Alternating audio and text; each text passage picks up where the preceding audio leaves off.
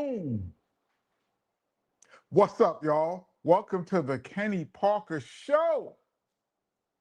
We do this every Tuesday and Friday, 8 p.m. Eastern Standard Time.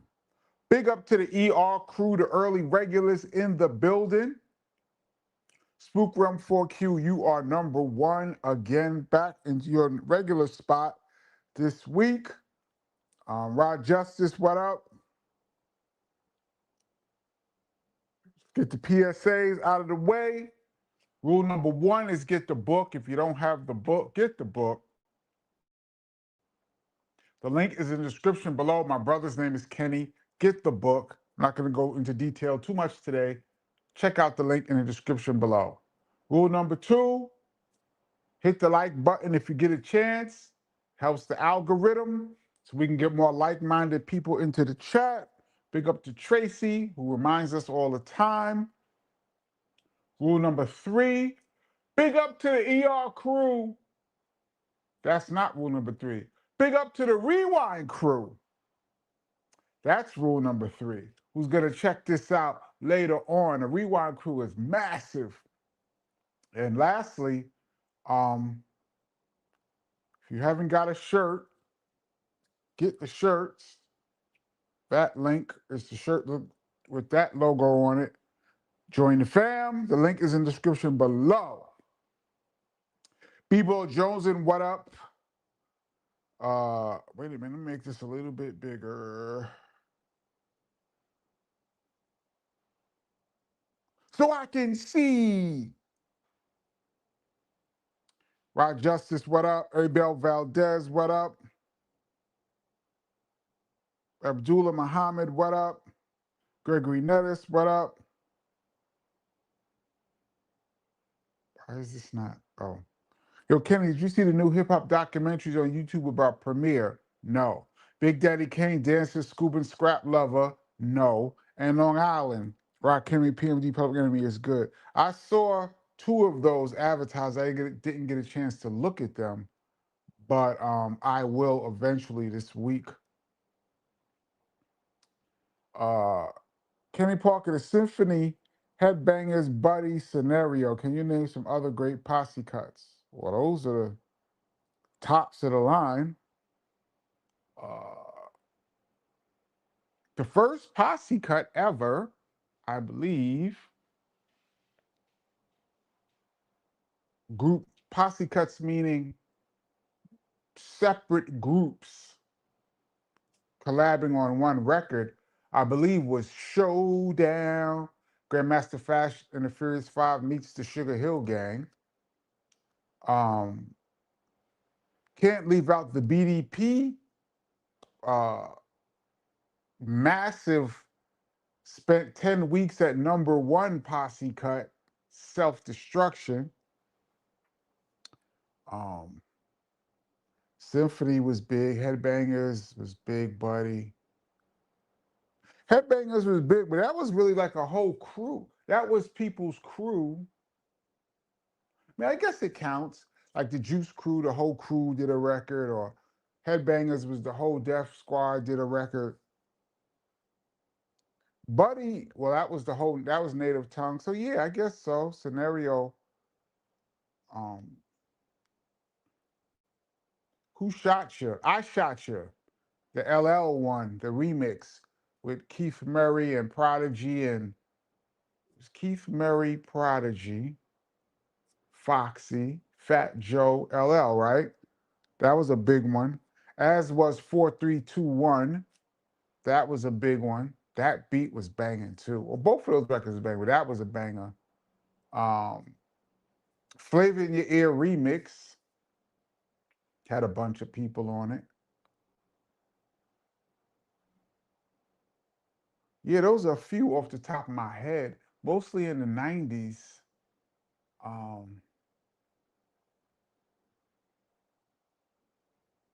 don't know if you would consider I Want to Be Down remix, Brandy remix with Latifah Light, Yo-Yo. Latifah Light, Yo-Yo. I'm missing somebody. somebody I'm missing on there, but that could be a posse cut. And we all in the same gang too. The West Coast version of self-destruction. So there was a few. Let me move on. Uh, Snoop Dogg released his third solo album, The Game Is to Be Sold, Not to Be Told, on August 4th, 1998. I believe that's the first time he got back with Dr. Dre, right? I'm trying to move a little quick today. Y'all asked this question. This thing is moving slow today. Y'all asked this question last week, and I answered it. Yes, I met Scoob and Scrap.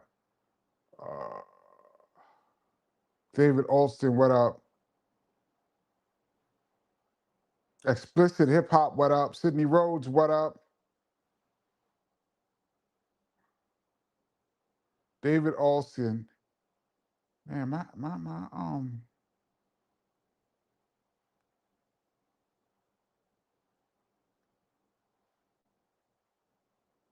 app is moving really slow today. Something is not working.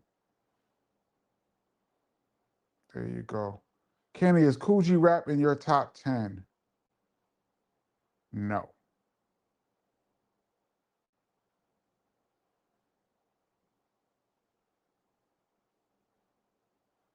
This thing is like frozen, so I think I'm gonna not have any comments up until this thing catches up. I don't know what the problem is. It's always something. Rosmel, what up? You move down. I'm having some technical difficulties, y'all.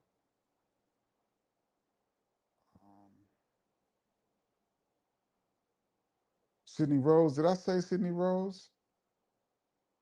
Sydney Rose says that logo is dope. Thank you so much. Kenny, have you ever met Cliff Love, the hip hop dancer known for mainly being with Houdini? Of course. As a matter of fact,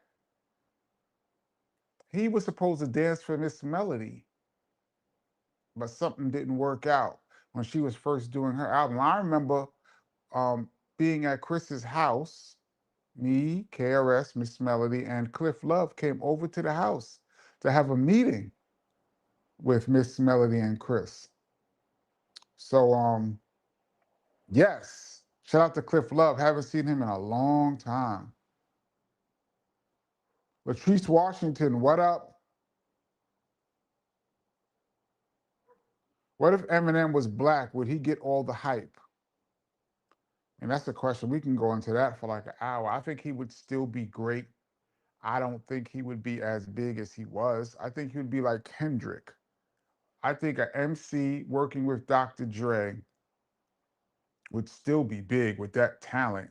With the talent that Eminem has and Dr. Dre, he would have been big, but he wouldn't have been the biggest, obviously. I think he'd have been like Kendrick to me. But I think Eminem is in my top 10.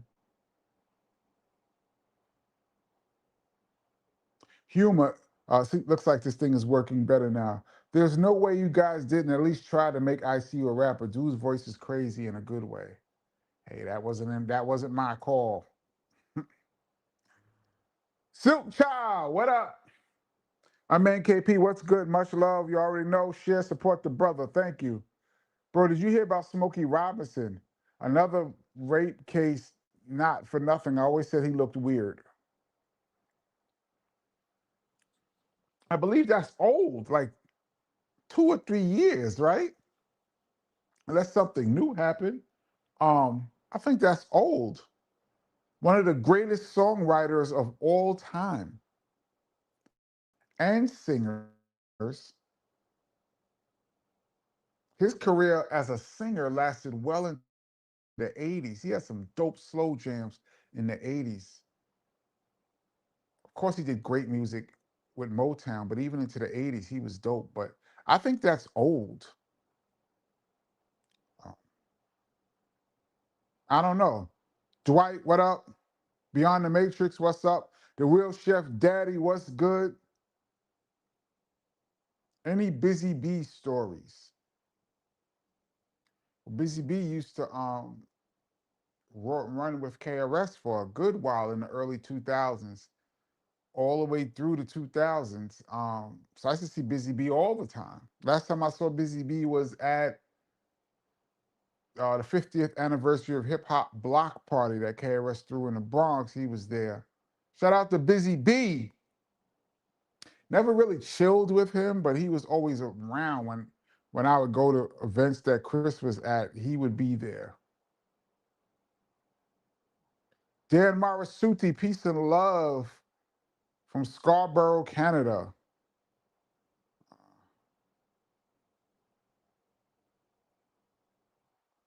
Platform, haven't seen you in a while. What's up, KP? Last weekend I seen the movie Wild Style on the big screen in my city.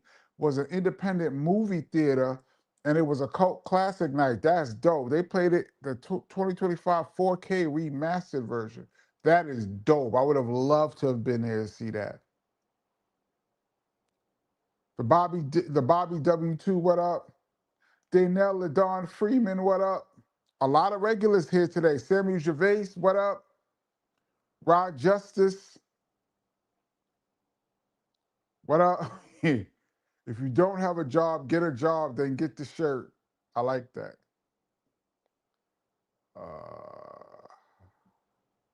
Philly Sheed. Well, today's topic is self-destruction. It's not really the rap audience that's bugging. I talk about the self-destruction session that I was at in the book. 49 and L, what up? KP still pointing over the wrong shoulder, but it's the right shoulder from how I see it. I don't know. This thing is opposite. Rid One, what up? The grand finale on the DLC's album. That was a dope posse cut. That was a dope record. I forgot about that. Andre Thomas, what up? Faith on D&D All Stars. Damn, you dug that one out. Um, was I in the studio for some of that? Maybe, I can't remember. Sydney Rhodes says the Heal Project. I forgot about that. That's BDP. FU2, what up? What were the biggest challenges you or BDP ever faced? Well, that's two separate questions. What's the biggest challenges I ever faced and BDP ever faced? I would say before my time, the biggest challenge BDP ever faced was the passing of Scott LaRock. Because the question after that was, were we still even going to have a BDP? I go into great detail in the book. Get the book. In my time in BDP,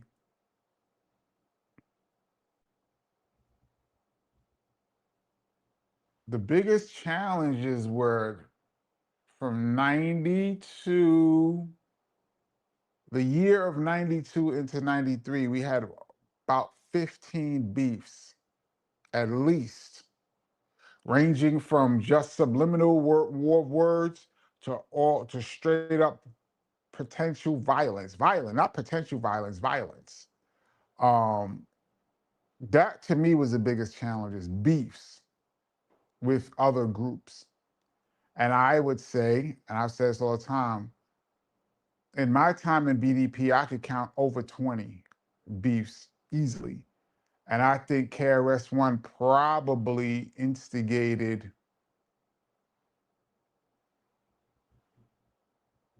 2, 1, maybe 2, depending on how you look at it. It was a lot of people coming at us.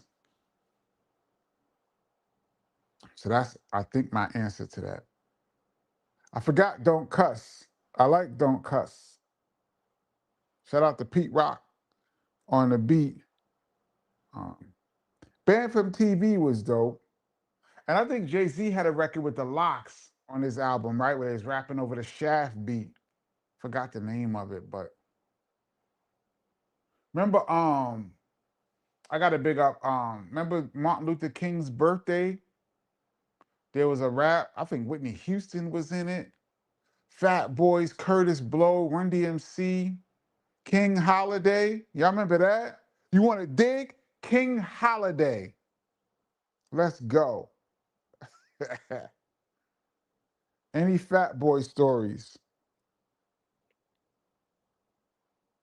A few. Real quick, the first celebrity I ever saw in my life, well, the first celebrities I ever saw in my life was in 80. That's a lie. I'm lying. The first celebrity I ever saw in my life was Nate Tiny Archibald. And he came and did like a basketball clinic when I was 18. So that was the first. But I was on 42nd Street and I saw like they used to call them like Lincoln Town cars with the sunroof. And I remember I was on 42nd, a car drove by and one of the Fat Boys, look, all three of them was in the in a Lincoln Town car. One of them might have been Prince Marky D, was sticking out the sunroof, and the other two was hanging out the window. And I was like, oh, there go the Fat Boys. Yo, this is even before South Bronx. So this had to be early 86. And I saw the Fat Boys in a car. That's the first time I ever seen a celebrity outside of Tiny Archibald. Tiny Archibald is the first, and then the Fat Boys. I was always cool with Marky D. I used to see him out and about. He always spoke. And I met Cool Rock Ski a few years ago for the first time. We talked for like an hour. Uh,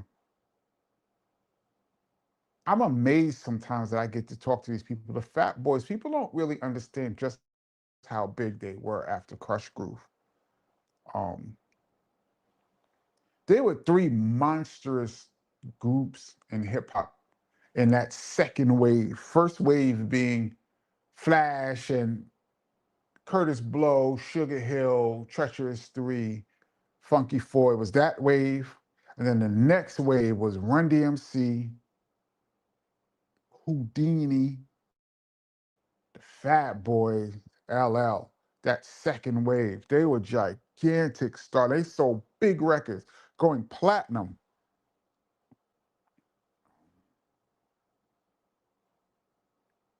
Yeah, Sandwich Gervais, you just answered my question. Do you consider Brandy's I Want to Be Down remix a posse cut? Because I have it ranked among the top posse cuts. I do. And I think it was dope too, by the way. Damn, we forgot Main Source live at the barbecue. How could we forget Extra P and the world premiere of Nas? I thought everybody on there was dope too. Shout out to Akinelli, my man. Yeah, that's what it's called. Reservoir Dogs is the posse cut that Jay-Z was on. Let me move down a little bit. What's your favorite hip hop video you appeared in? Love's Gonna Get You. Absolutely. That song was kind of about me and Chris. Love's Gonna Get You easily. And runner up would be Just a Friend, Biz Marquee. Those two. Coogee Rap is in my top 10, Gregory Nellis says. Any Wu-Tang is lightweight a posse joint, pretty much. Especially like Triumph and Protect Your Neck. Crooklyn Dodgers. There's like three of them, but that's like borderline posse cut. But yeah, it's like three. Um, Let me move down a little bit. Any third base stories? I have a nice MC Search story. You got to get the book, Bobby W. Got it, Bobby W. You got to get the book.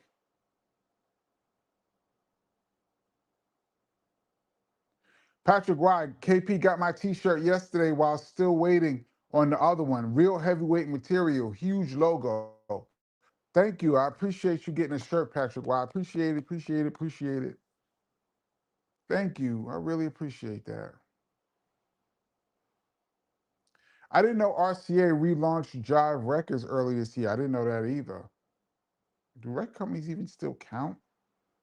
KP, what is the best basketball movie? Well, I haven't seen all of them, but everybody calls Hoosiers the best, right? I don't know. I saw the fish that saved Pittsburgh. I wouldn't say that's the best. White Men Can't Jump was pretty good. I don't remember Above the Rim that well. I was supposed to be on that movie set Above the Rim. Dwayne Martin, me and him go back. He invited me to that video shoot, but I didn't go. That movie set, but I ended up not going. Um, I liked Blue Chips too. I thought it was gonna be stupid when I saw the trailer and Shaq was in it. I thought it was gonna be jokey. It ended up being really good. Uh, I'm gonna go with White Men Can't Jump for the win. Bobby W asking all of these questions. Any red alert stories? I'm just not even gonna say get the book anymore.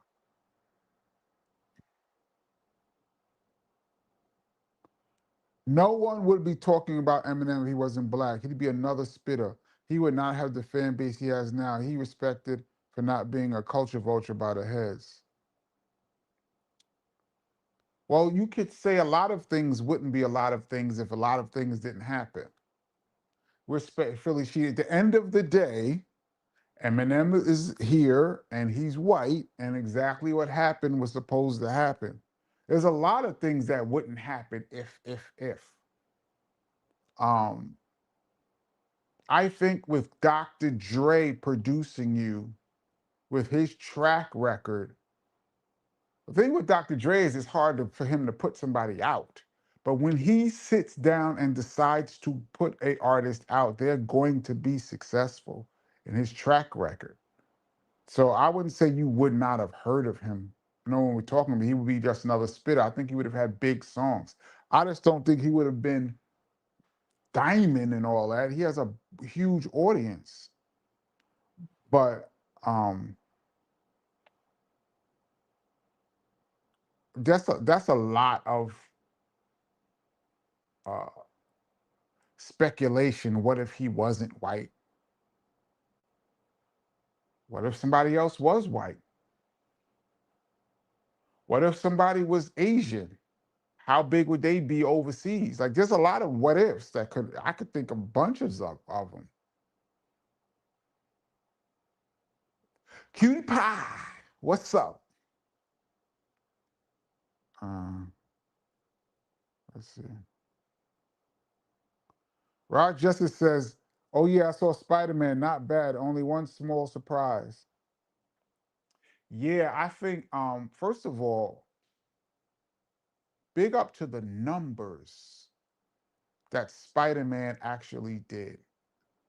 I talked about Spider-Man a lot the other day, so I'm not going to go too deep unless y'all ask me to. But as a comic book fan, the numbers are staggering.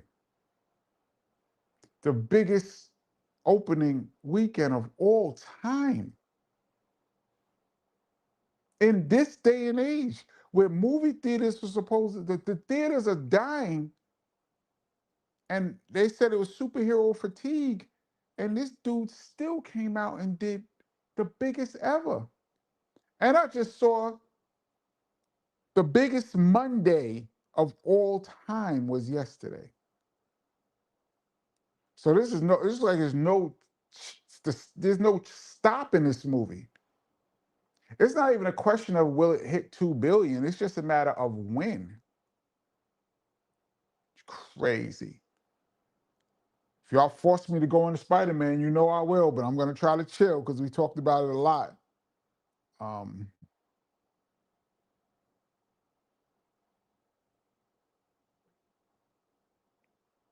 Spirit said Philly. So what about whites discovered by Dre? I can't recall any other white dudes being signed by Dre. Yeah, I mean, that's my argument. Dre is the key to. First of all, Eminem is an incredible talent. Incredible talent. Among the best to ever do it talent-wise. But Dre is the difference in his ability to make big records. Anyone signed by Dre will get a fan base. Yes.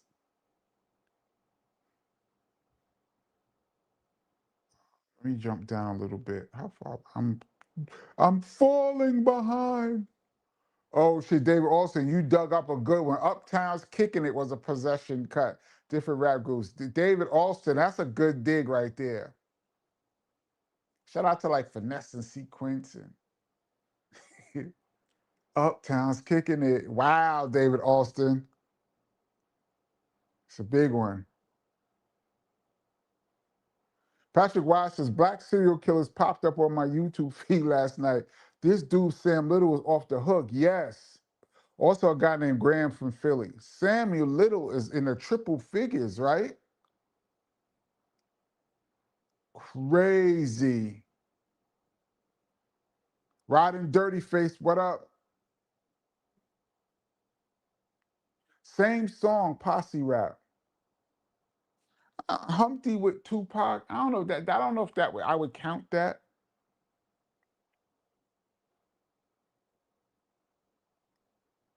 I don't know about that one. Flavor Unit, Roll with the Flavor. That's a good dig. That's a good dig. Shout out to Bumpy Knuckles on that. That was a good one. CMC in the place to be. What up? Groove Be Chill was the best on that Uptown's Kicking It. Were my favorite on that part. Yeah, Groove Be Chill. I met him before he had the accident and was in the wheelchair. I knew Groove Be Chill when he was standing on 2 feet.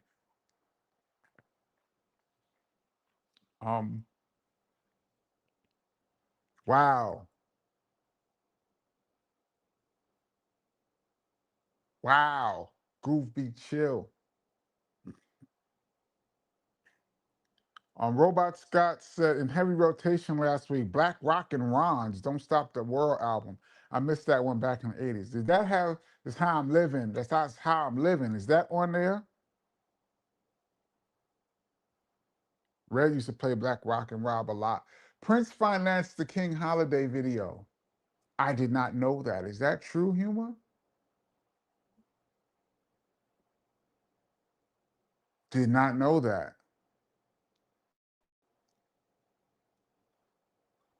Vincent Ross, thank you so much. Main Sauce Live at the Barbecue. Yeah, that's one of the great posse cuts of all time. Can't believe I forgot about that one. Scorpio Life says, dating yourself, bro. Yeah, showdown. Because I said showdown. Let's go, man. Oh, wow. Silk Child, thank you so. Wow. Wow. Thank you so much. Just seeing this. Wow. Thank you. Juice Crew All Stars. Yeah. What? I don't know if Juice Crew gets credit for being one of the greatest crews of all time. But as a BDP member, I can still say they were great group. um, thank you so much, Silk Child. Wow, almost didn't even see that. Make sure. Wow. Thank you, thank you, thank you. Spook Realm says Silk Child is a baller. Yes, he is. For real. Karis won 5 boroughs. How can I forget about that? That was a Willie D. Will my man Will came up with that concept. think he found a producer for the beat and everything. Will executive produce that record. Patrick White says Silk Child doing it again. Hell yes. Ain't No Fun, legendary. You know what's funny about Ain't No Fun? That's one of them records. I got like a handful of records that were huge that I never liked. But first time I heard Ain't No Fun, I I just quickly fast forwarded it on the Snoop album. I was like, I don't like this. This is not sounding good to me. And I remember I was in a club, I think it was Club 2000. I went there with Biz, me and Biz, a place uptown called Club 2000. Um, I think Mecca Audio, Unique Mecca Audio had that club. Shout out to Unique Mecca Audio. I've never met him, but he has a good podcast. Um, I went there with Biz, and that record came on when I met you last night, baby, and the whole place, this is in Harlem, I believe. The whole place went crazy. It ain't no fun. And then Sue said, guess who's back in the house? And everybody was saying, I was like, oh, wait a minute. I'm on. I jumped right on that song. Didn't give it a chance, thought it was whack until I heard it in the club. And I was like, I'm there. We've had a few posse cuts, 7 DJs off the Edutainment album. Of course, I was in the studio for that. Wow. Hey, Tracy.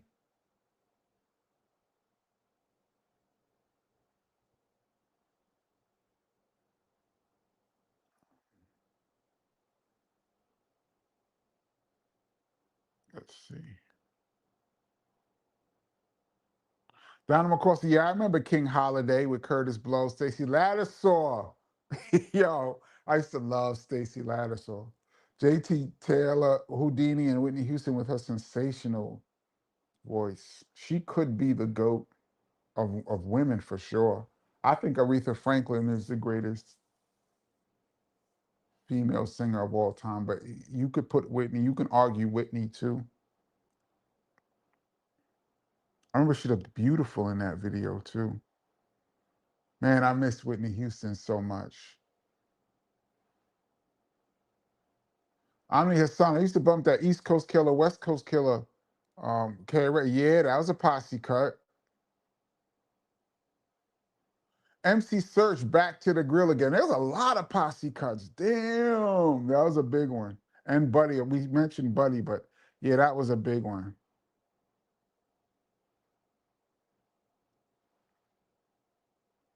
Platform, hey KP, J. Rue the Damager is coming to my city in September for the 20th anniversary of his second album, Rather My Math. Got VIP tickets, so we'll get to meet him, take pics, and get autograph. You ever met him? That is my dude. Are you kidding me, Platform? I think I got a whole, one of my epic fails, I got a whole story about J. Rue.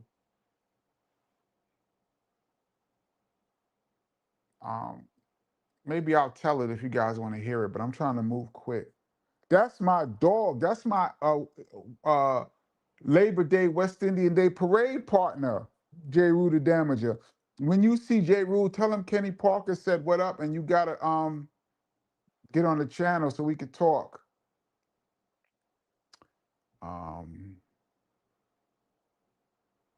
Yeah, Scorpio for life. I'm old school, man. Jack Swagger says Loving Basketball. Loving Basketball was a dope one.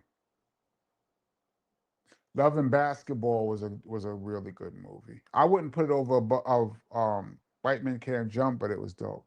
Little Kim, Not Tonight remix. That was a posse cut. Yes.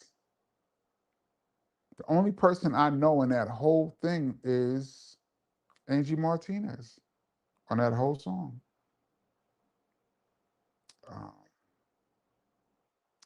Aaron said, Fish That Say Pittsburgh has a dope soundtrack. A lot of samples, man. A lot of records you would recognize come from that album. Sweet Goldilocks, what's up?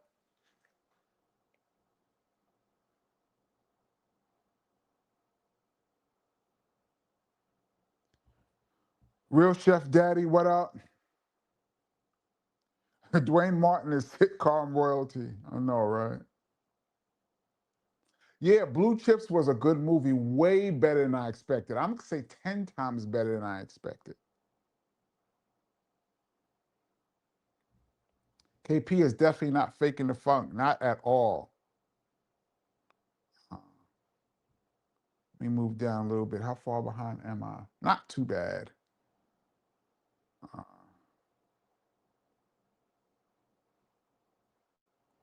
uh, if ifs was a spliff, we'd all be high, right? Favorite Diamond D track? That's hard, man.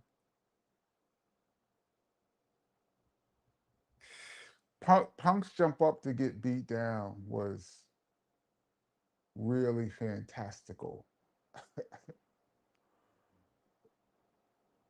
Um,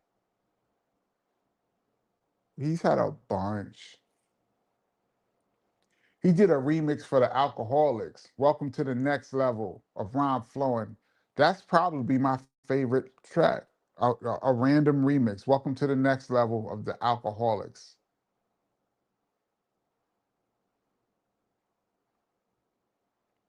Patrick Wife, KRS One and KP grew up in the suburbs in a stable household. Where would they be now?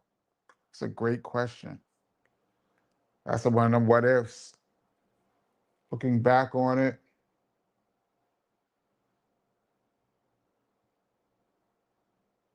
suburbs at that time, we would have not heard hip hop the way we heard it. Don't know if KRS One would be an MC.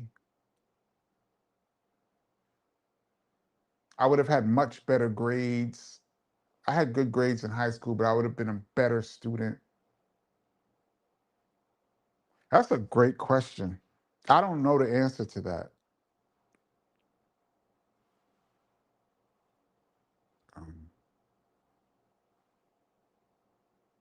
Platformer says, "Hey KP, is it Dr. Dre or is it the millions upon millions that Interscope Records puts behind Eminem to promote his music that blew him up that big?" Both. Or what comes first, the chicken or the egg? There's a bunch of art, not a bunch, but there's a few artists who record companies have put millions of dollars in that didn't sell what he sold. Um, he definitely had the machine behind him, but hype creates more hype, which creates more hype. Because the bigger he gets, the more money they're gonna spend. Especially for that second album. The first album, Hi, My Name Is, went triple platinum. And then between that and his work on the Chronic 2001, the stage was set for M to be big. So they put a bunch of money into it, and then he had great songs. See, if he had okay songs, he would have still sold, but not diamond. He had great songs that America could relate to.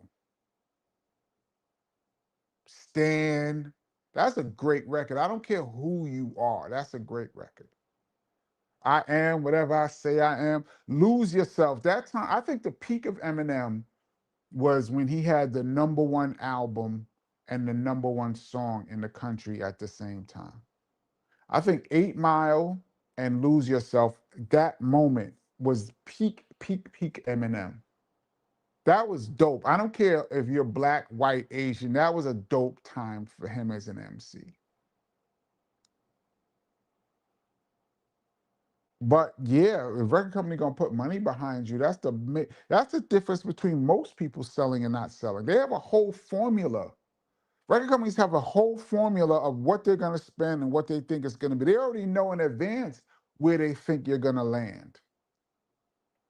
And um, some groups they spend this much and they expect to get this much, and they're cool with that. And some groups, they spend this much and expect to get this much.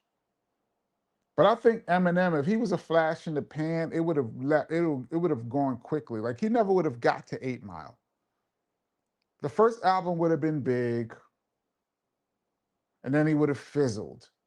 He didn't really fizzle. He had multiple gigantic moments in hip hop. So I can't just say it's because of the record company. The factor.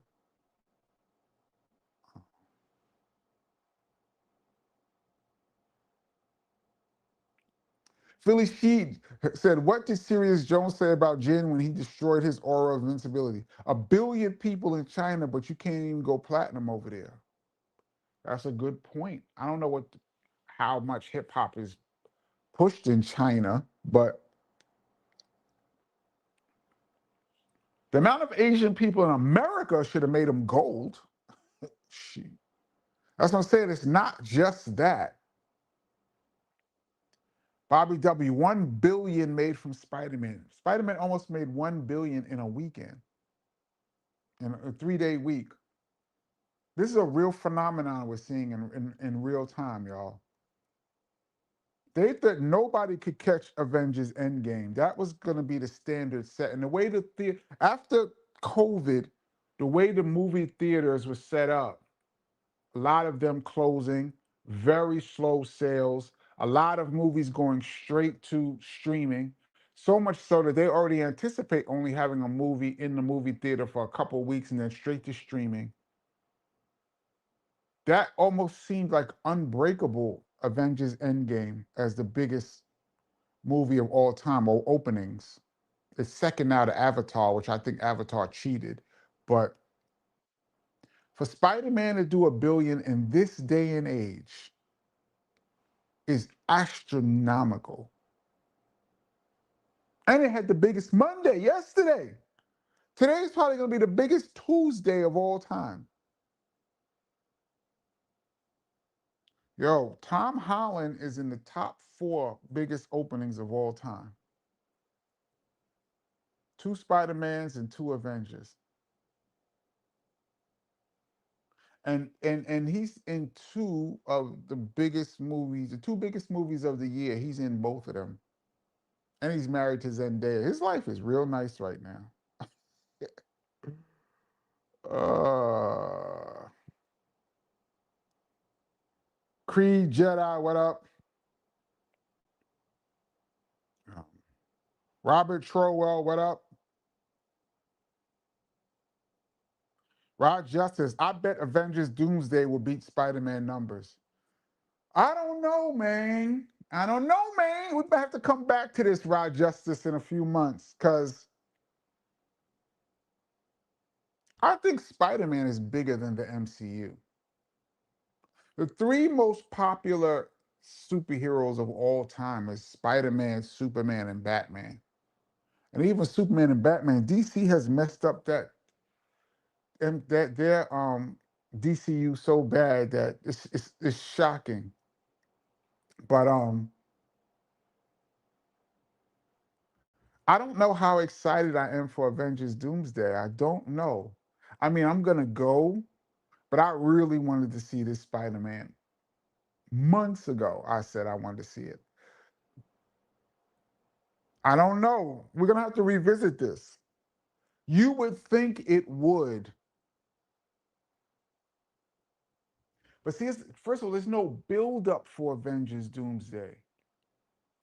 Because what made Avengers Endgame do the numbers that it did was, first of all, First of all, they had been building up to Infinity War for 10 years. We were invested in all of those characters, and they killed half of them. Avengers Infinity War was so crazy, and it left on a cliffhanger. And it did 1 billion.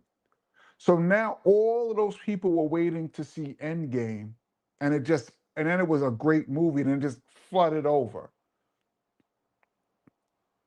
I don't know if Doomsday, we're not waiting for anything. There's no momentum, there's no cliffhanger.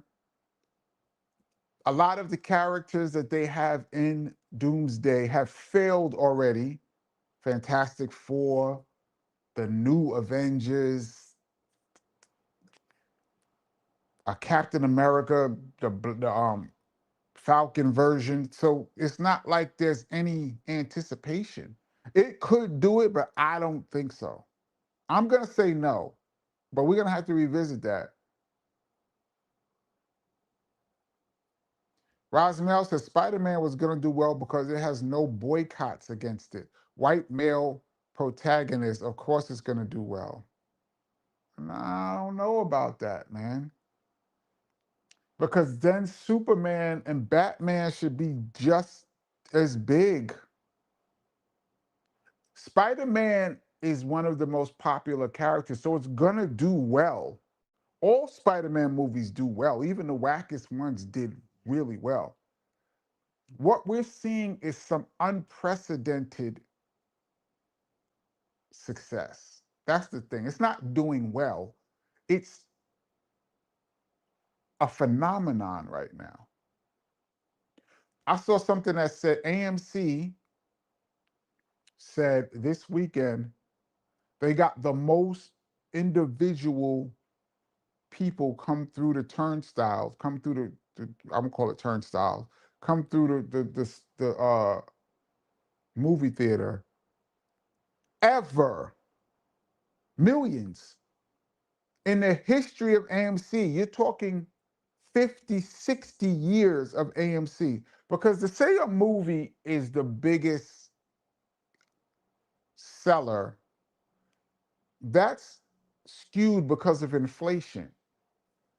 You know, Avengers Endgame ticket prices were way less back then than they were now. So if you adjust for inflation, Spider-Man may not have passed Endgame per se. But when you're talking about actual people that came into the theater, AMC is saying this is the most people in a weekend in history of movies. That's real people that came there. In this day and age, in this economy, that's something different than just he's gonna do well because he's a white male protagonist. It's even bigger than that to me. Nobody thought it was gonna be this good. Not this good, this successful.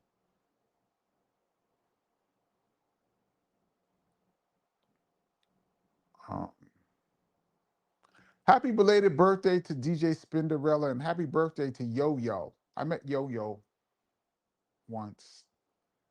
I've never met Spinderella. Rap a Lot Records had a posse cut called Bring It On. Wow, you're digging right there.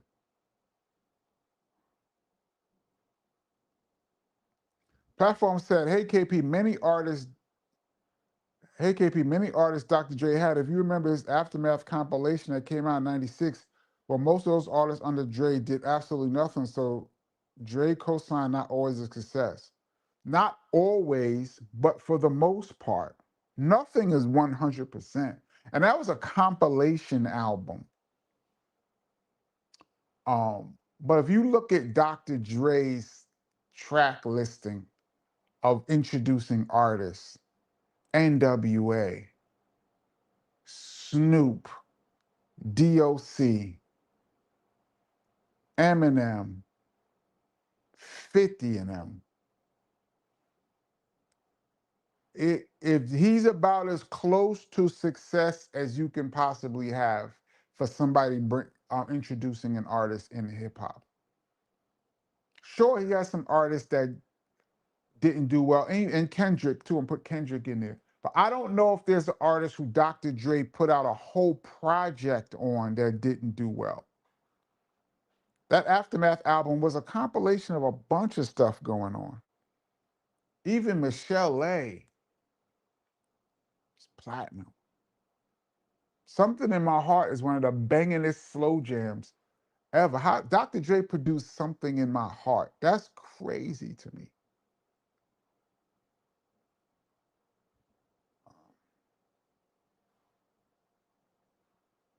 Let's see. I'm far behind, y'all. KP, do you remember the rap group Tall, Dark, and Handsome? No.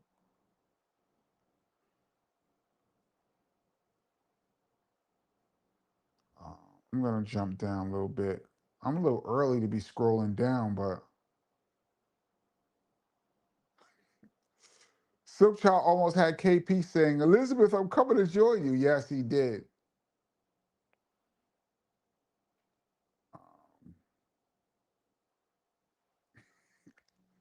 KP got to do the worm after a $200 donation. Yeah, I will do it right after I get off. You guys aren't going to see it, but trust that I will do it.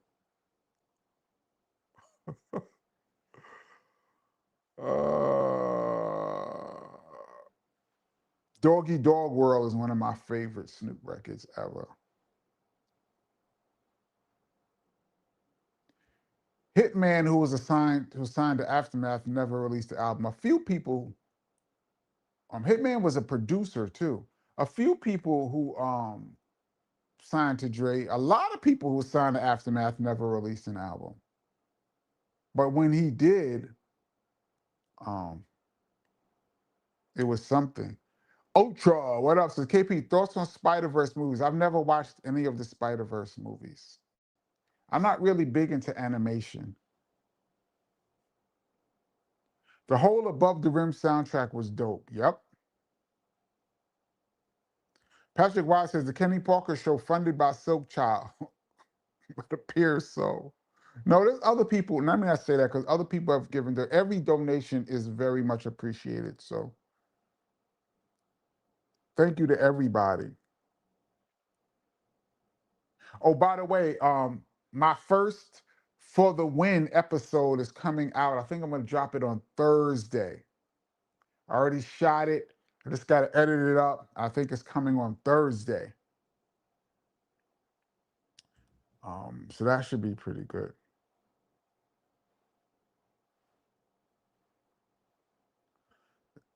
Yeah, I recall Prince put up the money for King Holiday. Prince also helped finance the Malcolm X film. Yeah, so Spike could maintain creative control.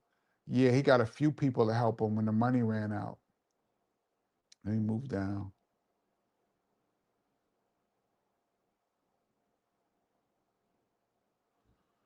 Platform says, "Hey KP, pre-ordered the new Ice-T album called Criminal Migraine. Migraine. It drops on August 20th, which is KRS's birthday. It paid $10 US for a 24-track double album. That's dope. He says it's better than original Gangsta album from '91. Wow. Shout out to Ice-T.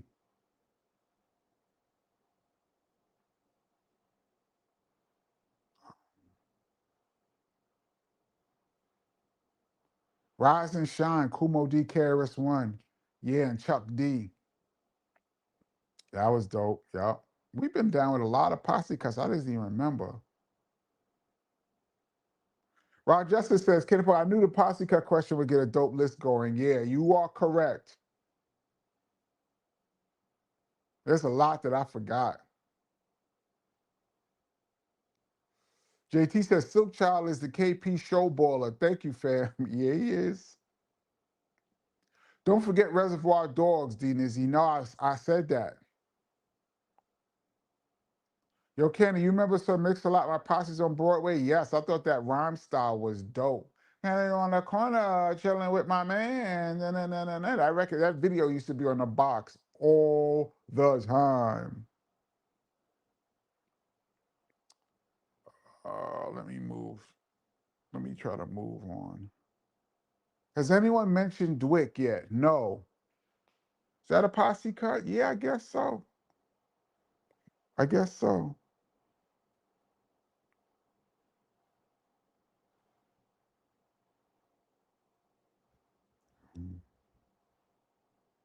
Let me see. Do you think Diamond D is underrated? He's one of my favorites. Underrated. That's one of them words that don't have a proper definition to me. Underrated means wherever you're placed, wherever the majority of hip hoppers place you, you should be higher. I think Diamond D, where he ranks, he gets mentioned. I think where he ranks is about right. He's just as good as some of the other guys. It's just your discography. When it comes to people like that, it's discography to me. Um, I don't know if he's underrated. I think he's around where he should be to me. There's very few people that I think are underrated. I think for the most part, people are kind of where they should be.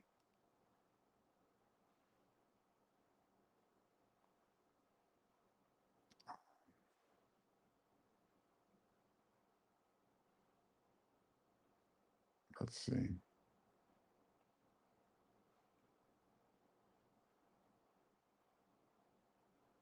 Felicitas, I love Groupie Therapy by Farside, produced by Diamond D. Diamond D has done a lot of records, a lot of posse cuts. Who did KRS-One look up to for his inspiration before BDP? I'm not even going to say, get the book. Ah, 1212. Thank you so much for your for your contribution. What up, KP? What about Don't Curse as a posse cat? Yeah, we mentioned that. Produced by Pete Rock. That was a dope one. I thought Pooh Bah was really dope on there. Everybody was rocking on that record. That was a dope one. We mentioned that a little earlier. Oh shoot, I'm at the bottom. How did that happen? Because this thing just cut off a bunch of comments. That's why. This program is ill, y'all. It'll just do things on its own. Riding Dirty Face, thank you so much. Rent just came, but I tried, man. Yeah. Thank thank you so much. I know bills are the realest thing for an adult ever. Remember being a kid, not ever thinking about bills ever? Um, but I appreciate you. Thank you, Riding Dirty Face. Today is set 1972. Angela Davis was acquitted on bogus charges. Salute KP and all these August birthdays. 6 days till me. Shout out to all the Leos. Um, Angela Davis.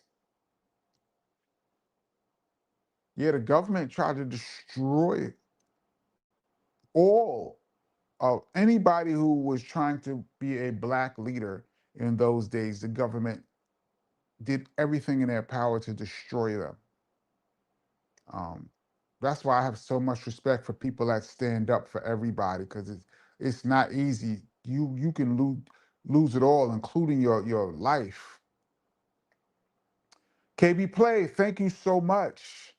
What's up, KP? Not sure if it's been mentioned, but the DLC grand finale is a posse K. Yes, we mentioned the grand finale, um, produced by Dr. Dre. That whole album doesn't get mentioned enough to me.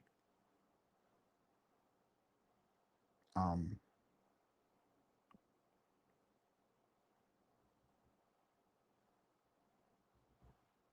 I'm thinking the beat is in my head right now.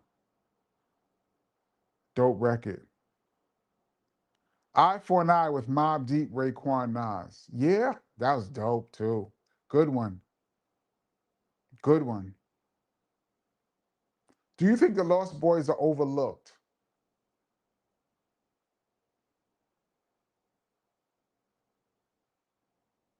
I don't know if they get mentioned as much as they should in that 94, 95 era. They were banging. Like in that little era, people mentioned Bad Boy, the New York style. They mentioned Bad Boy, Mobb Deep dropped, Nas was big, heavy, Wu was heavy. I think the Lost Boys had some real bangers, big club records. Using the tunnel, the Lost Boys were not overlooked. But yes, I would say the Lost Boys get overlooked in that era. OC underrated. As a lyricist, I would say yes, he's a really dope lyricist. But um, for his discography, I think he's one of the dope guys from that era.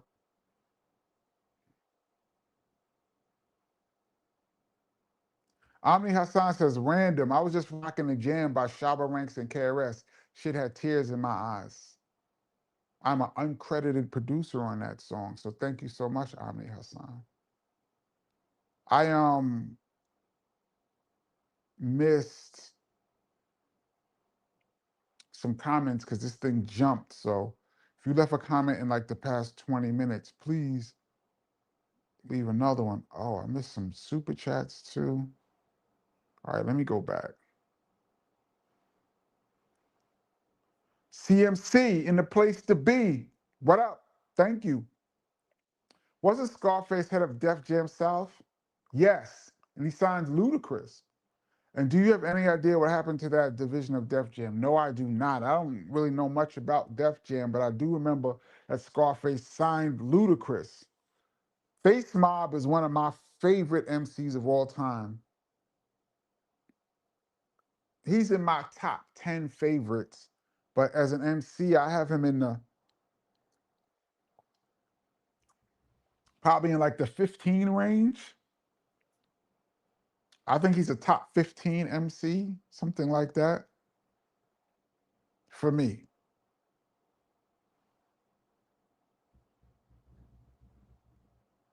Silk Child, damn. Thank you. Big L, The Graveyard. I don't remember that song. The Graveyard. Is that a posse cut? Don't really remember that.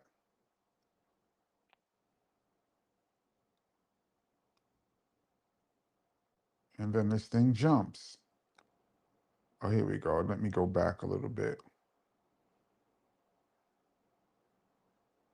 Is it true Kool Keith wrote F. Compton? I don't know. I know that Tim Dog was down with Ultra, but that doesn't sound like Kool Keith to me. But I don't know. I'd have to say I don't know. Um,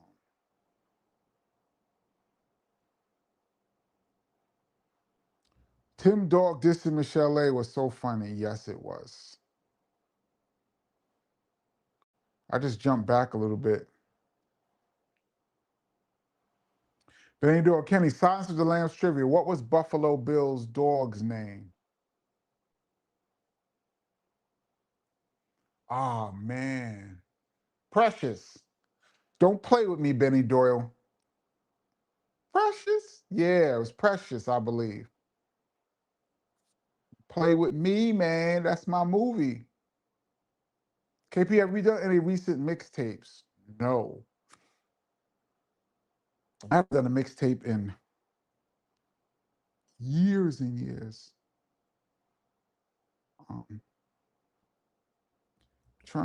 I just went back a little bit because I'm trying to see what I missed. Jack Swagger, Spider-Man has been on TV since the 60s, yes, since before I was born, and has been part of popular entertainment ever since. TV, animation, movies, comics, merch, toys. We've never lived in a world without Spider-Man. Yes, correct. Correct. But we've never lived in a world without Superman and Batman either, just as big. And there's been some great Batman movies too. Dark Knight comes to mind, but it's still not the phenomenon that this Spider-Man is. I don't know if people really understanding what's going on right now. You know what's crazy? This summer has been crazy, especially being here in the New York area. I've seen two once-in-a-lifetime events in real time for me. The Knicks winning. I was just watching a couple breakdown on the Knicks winning the championship.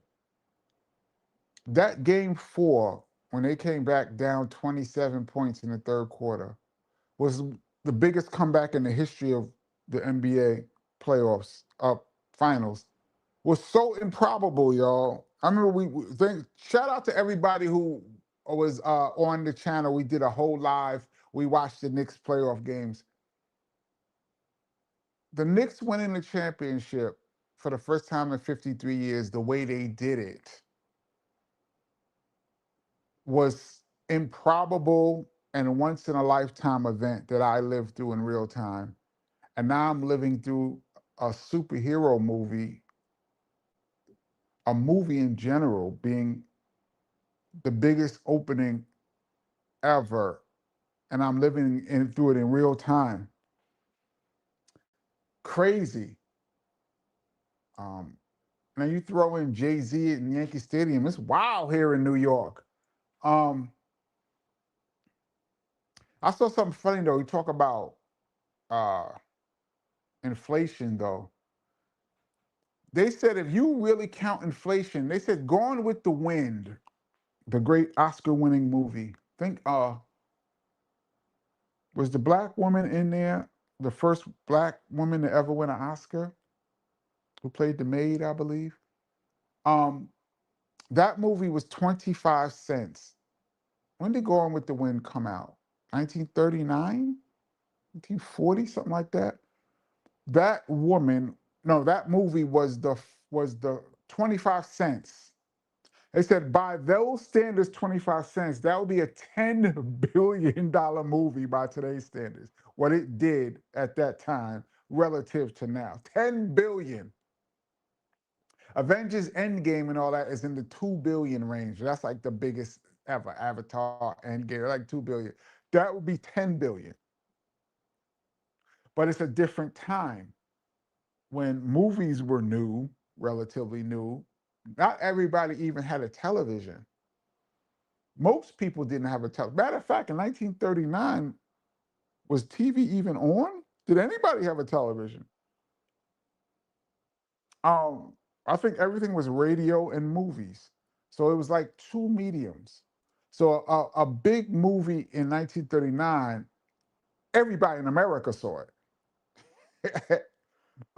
But yeah, so inflation is in the mix, but we've never lived in a time without Spider-Man. That is so true.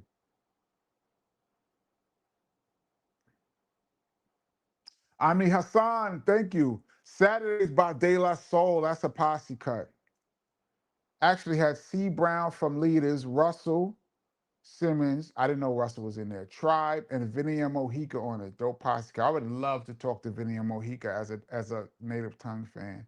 She is the lady voice of native tongue. I would love to speak to her. She just said F the music business and just stepped off. I don't know what happened and who pissed her off, but she stepped off and never came back. Saturday, it's Saturday. 5 days playing. That's a great record. That's a good call. Yes, that is a posse cut off of a great album. Mike Rock says, stop playing. The best Batman outside of Adam West is Christian Bale. I'm not arguing that. I'm not playing with you. That trilogy, I didn't really care for the third one was okay with Bane, but the first two were dope, and the second one with the Dark Knight, I have that as probably in the top 3 or 4 greatest superhero movies of all time. I have Avengers, Infinity War, and Endgame is really like one thing, so I don't really count those as separate. But that Avengers, Infinity War, Endgame, Dark Knight,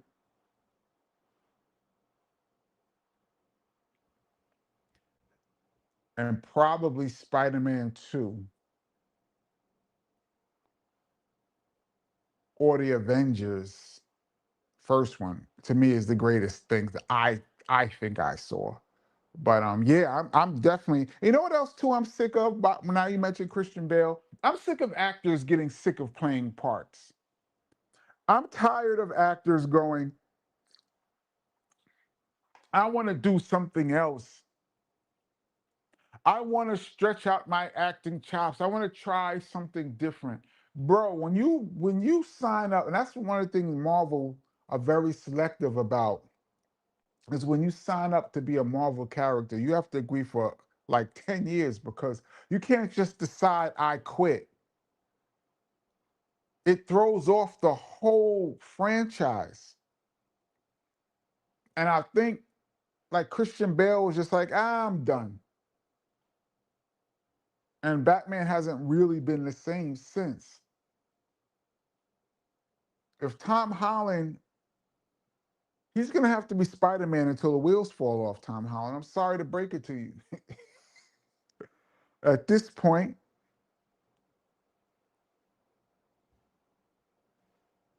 Captain America tried to step off. No, they had to bring him back. I hope that they don't get any seasoned actors anymore. I want new actors to play these parts because when you blow up, I would like to see you continue to roll and not just be like, oh, okay.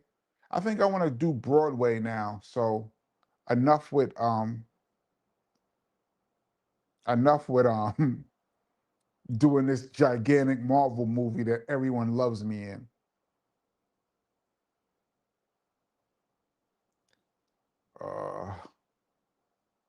Let me see.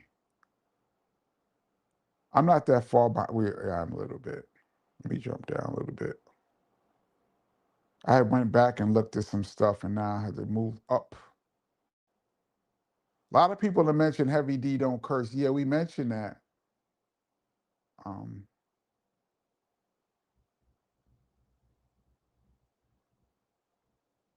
oh shoot, I forgot about Classic with Ye, KRS, Rakim, and Nas. I forgot about that. That's a posse cut, and that beat wasn't the original beat. That's a remix.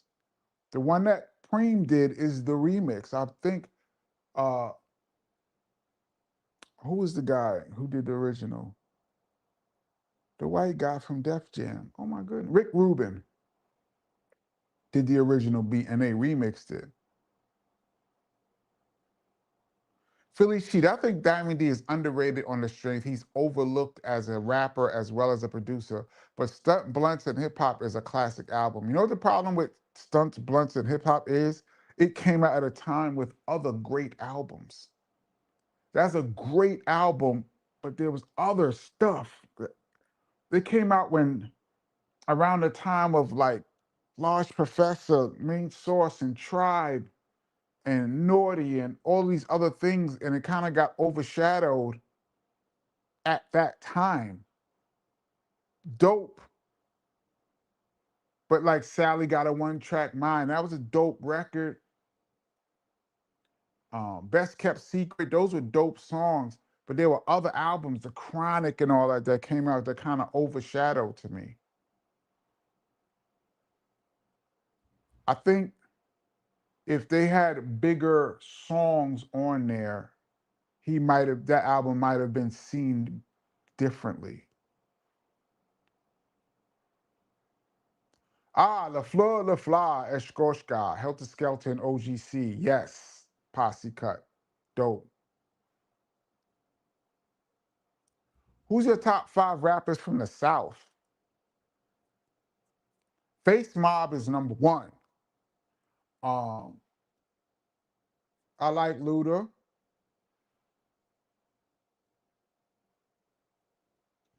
Outcast the group.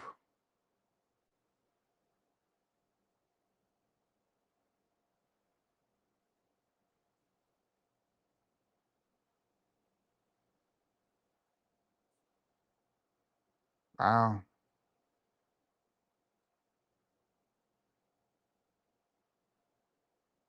Everybody else is okay.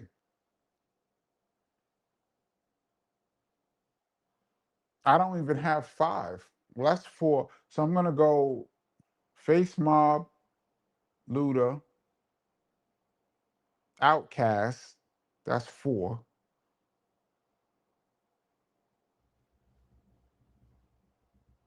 I don't even know who my 5th is. I'd have to think about the South.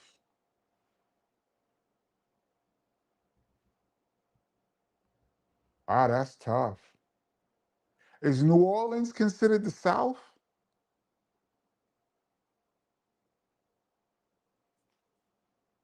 That's the question. I don't know if New Orleans is the South or not. We got another chat. A Steels, thank you, says 9 times out of 10 it's money. What is money? I don't know what the conversation. 9 times out of 10 it's money. Oh, the reason why they leave? But no, they make buckets. of money. Like a Robert Downey Jr. be like, I'm done. I want to do something else. Christian Bale stepped off. A bunch of people who we like, even I don't know if Scarlett Johansson stepped off or they killed her off. I think they killed her off. She didn't know she was going to get killed off, but then she had to stand alone. A lot of people are liking Yelena, the new Scarlet, the new Black Widow, but I like Scarlett Johansson better. I might be in the minority. Silk Child, again, my goodness, thank you. Not for nothing, but you can only be an old player superhero getting 50s and 60s, a no-go. George Reeves, the prime example, his death remains mysterious regardless of him being labeled a suicide. You can only get but so old playing a superhero. In the 50s and 60s, a no-go. Yeah, I mean, you can only get so old playing a superhero. That is true. But some of these people don't age out. Like Chris Evans didn't age out as Captain America. He just was like, I'm done. Mark Ruffalo, they're saying this might be the end for him. The next time he appears as the Hulk, that might be it. He did 15 years, though. Robert Downey Jr. left, then he came back. He could be Iron Man until the day he died.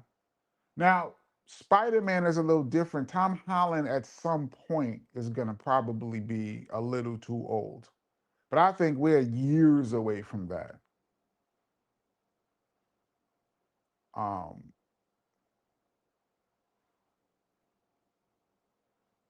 These people just be stepping off, man. Christian Bale, why did he leave? For what reason? He just wanted to do something else. These comments are coming quick. I can't even keep up with you guys. Let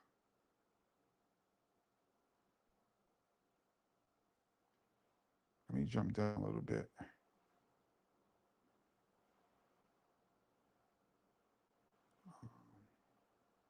That's the legendary Shaba and KRS. Maybe one day I'll tell a story about how that song was made from my perspective.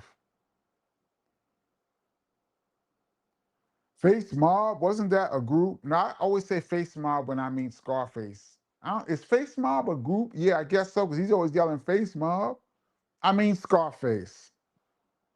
Rap salutes, you are correct.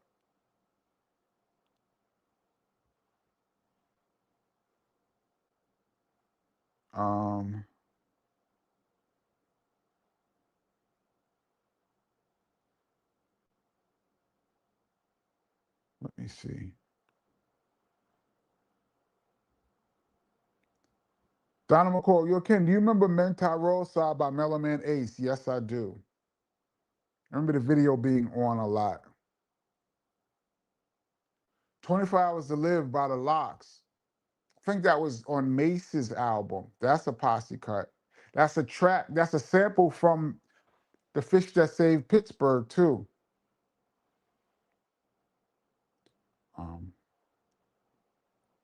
Gangstar, The Militia. Yeah. That was a good posse cut, too. Let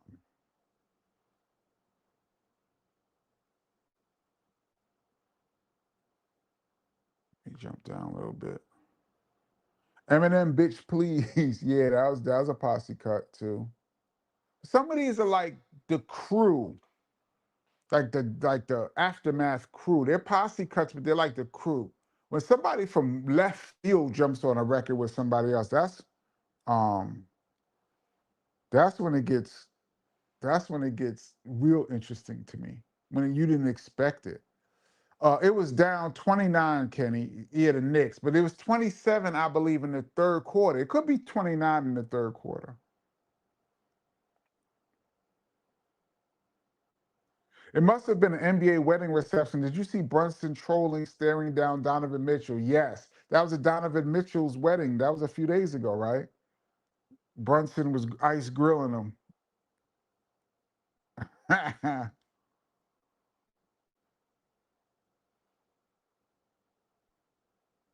KP, who do you think is the best pro athlete rapper? Shaq, Damian Lillard, or John Cena? Well, Shaq is platinum. Shaq has a platinum and a gold album. So that has to mean something. That doesn't mean you're the best, but he did the biggest numbers. Damian Lillard is nice though. Damian Lillard, talent-wise, I think he had the talent to be nice, but he never put anything out. JT says, KP, don't get me started on Knicks game 4, man. We shared the experience right here on the KP show. Yes, we did. Shout out to China Doll on our good luck charm. Yes. And who I forgot who it was who believed the Knicks was coming back. When I lost the faith. Um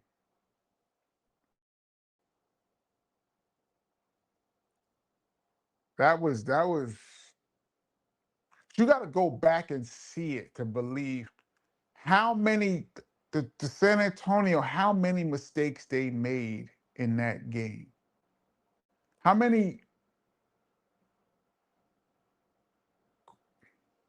rushed shots, turnovers. That second half was the Knicks played great.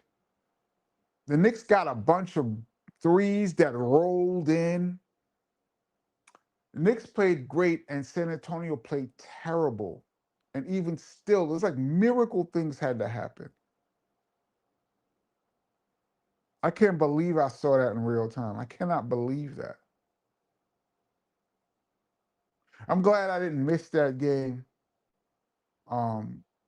And like saw the highlights or something. I'm glad I watched the whole thing, the whole emotional roller coaster.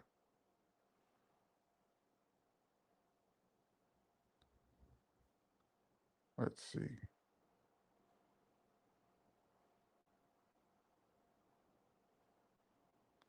Um, Marvel is killing DC with respect to superhero movies. I don't even know if Marvel's killing DC. I think Spider-Man. If you subtract Spider-Man from the equation, Marvel hasn't been great, and neither has DC in the past 3, 4 years, 5 years. Neither one of them has been that great. Ever since Spider-Way No Way Home, that was 5 years ago, I think both of them sucked.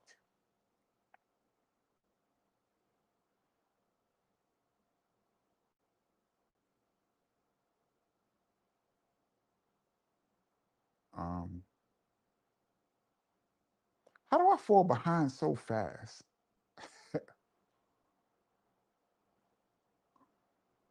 T. Dyson, tell me when to go remix. E40 game, Kanye Ice Cube. I don't remember the remix. I remember the original.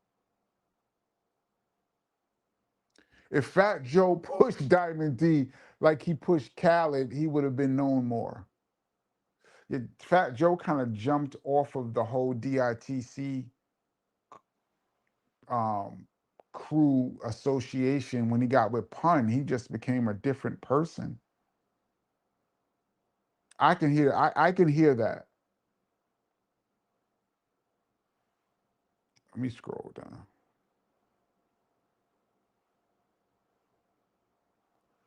Devin the Dude. Devin the Dude, I never really listened to his music solo. I only know him being on records with other people. Um,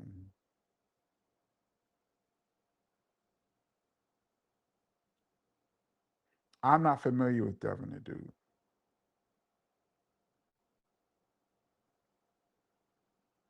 Little Brother was dope. Yeah, I don't know if I have them in my top. UGK. I never really listened to UGK like that. So I don't know. They're good. Goody Mob could be that fifth. Mount Rushmore of the South. Scarface, Luda, Outcast. Pretty much. Goody Mob could sneak in there. We're looking for a fifth. Um, oh, T.I. Icon says my Southern top five are Outkast, Luda, Face, T.I., D.O.C. I'm not going to count the D.O.C. He's more West Coast to me, even though he's from Texas. T.I. There you have it. There you have it. Louisiana is definitely the South. Oh, wow.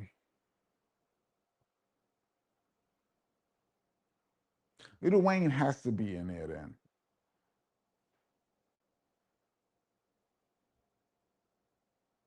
I don't know why I don't consider that whole Young Money,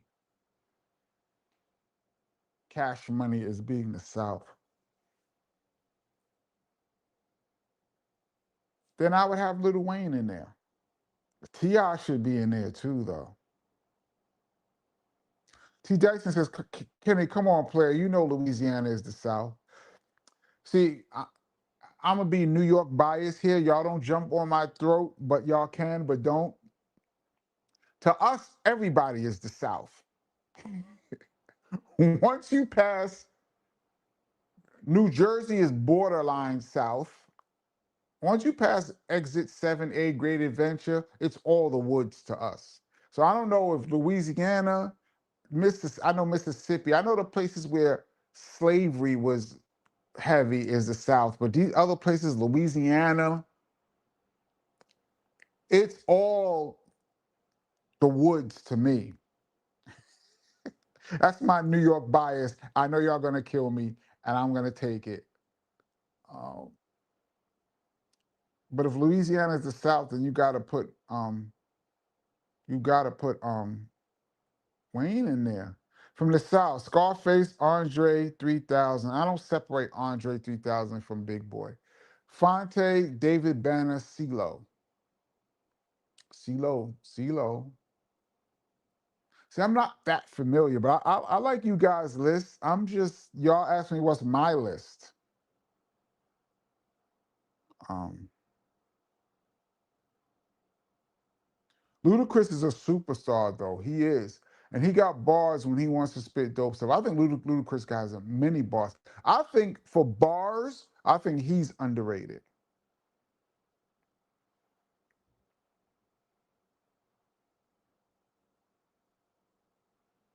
Like I said, Luda is definitely overlooked. Yeah, he is definitely overlooked. Definitely. That dude can spit, man. To me.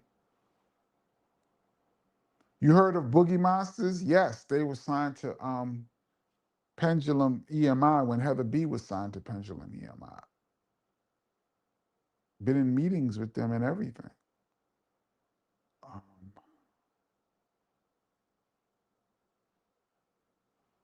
I'm gonna jump down a little bit. Try to catch up with you guys. DITC put Joe on. Yup. He became Terror Squad. Yeah, so after he left DITC, he became Terror Squad and kind of just distanced. I don't know if he distanced himself from them, but he didn't really shout them like he used to.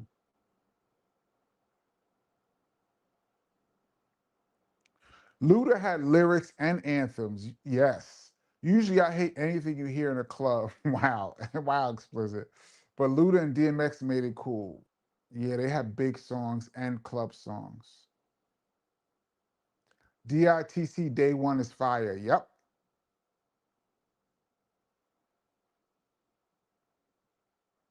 Um, Rock Justice says, I never liked Little Brother. Saw them in concert once and I thought they were terrible live.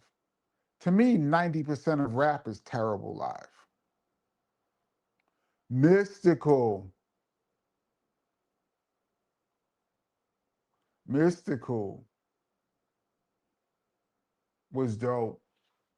That guy, what a tragic story he is. But he deserves to be under the jail, man. Does KRS still do freestyles on mix CDs and radio stations? Yeah, KRS on freestyles every 5 minutes. If you ask him a question, you might get a freestyle.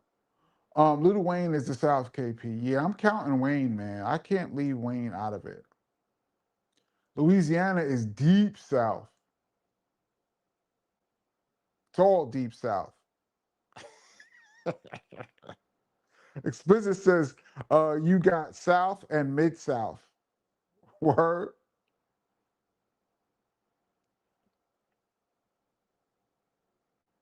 Not big fan, but you gotta put Little Wayne in there. Yeah, that's my argument. You gotta put Wayne in there, man. I know it's individual taste, but 8 Ball and MJG and UGK are own South more than Wayne. I'm probably sure they're bigger in the South than they are anywhere else, but I didn't really listen to them like that, so I don't really know. I can't even comment.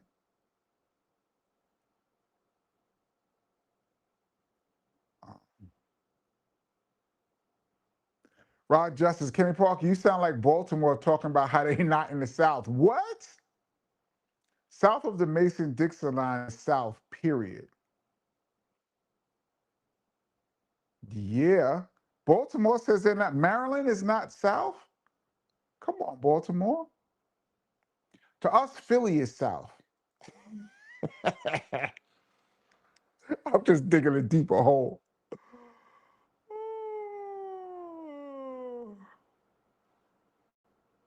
Technically, Ludacris is from Chicago, but he reps Atlanta. He's repped Atlanta enough to be from there.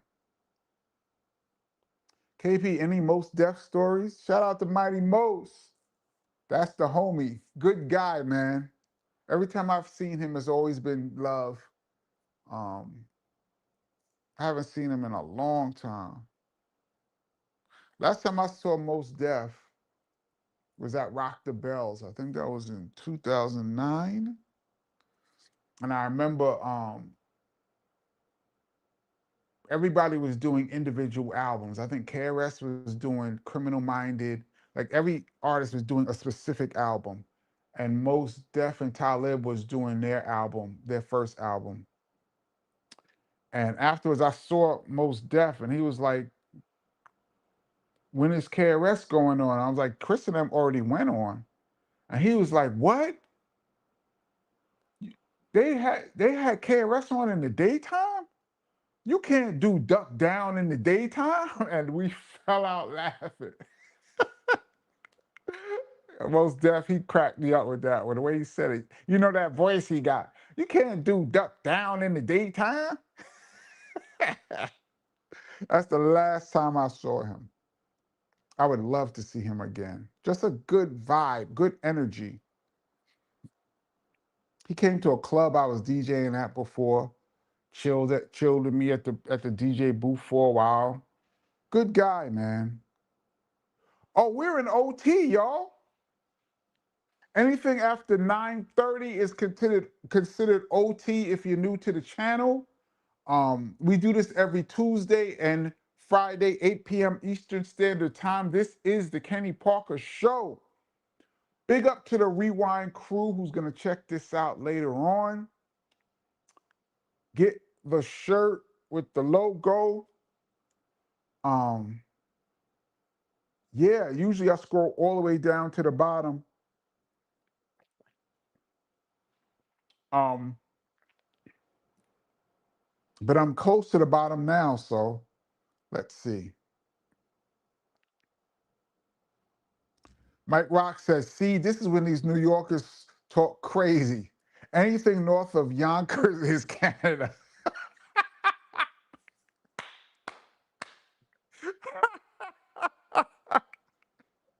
And South starts at exit 7A on New Jersey Turnpike. Yeah. Yo, Mike Rocks, you killed her with that one. You are correct. Yo, he said anything north of Yonkers is Canada. Yo, that's the funniest thing I've heard all week. Yes, Mike Rocks. We talk that you are correct. Ken, you do know there was a slave rebellion in New Orleans, right? No, I did not know that. Uh, yeah, poetic. When a careless one's taught ends tour ended. Hopefully, you get to interview him live September on your show. Yeah, but the tour is continuing into September. As I said, I might be going back out there. But yeah, I talked to him about it. He said, yeah, but there's a lot going on over there. The whole DITC definitely stopped talking about Fat Joe since the late 90s. Oh, they stopped talking about him too? Wow. We got a couple chats here. Icon Poet, thank you, says Posse Cut on point. Heavy D, Big Pun, and 8 Ball. When did that come out? Heavy D, Big Pun, and 8 Ball? That is left field to me. That's a good one. I never heard that, but that's a wild combination. Mr. Boricua, what up? Thank you so much for your contribution, as usual. Little Wayne is nice. Mad Skills is nice from VA is South. Mad Skills is nice, and he's a friend of the channel. I had a chance to chat with him briefly last year. Cool guy. 8 Ball MJG was nice. And for Posse Cut, remember Grand Finale, DLC album, all of them went off. Ice Cube ripped it. Yes, we mentioned the Grand Finale earlier. Yeah, Wayne is nice, man. I give Wayne a lot of credit. People be, to each his own, but Wayne has definitely got to be in there, man. He got to be.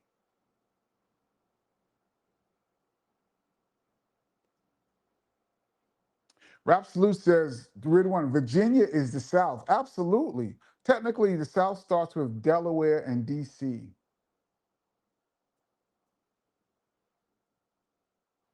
I agree.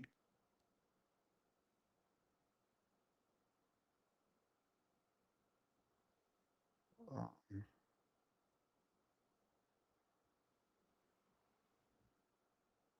I just lost something. Cree says, will you sign the book if I buy it, Kenny P? Yeah, if we can be in the same place and time, sure. I don't know how we would make that happen, but sure. Explicit says, see what I did? I got everyone to discuss the South. Good job, Explicit.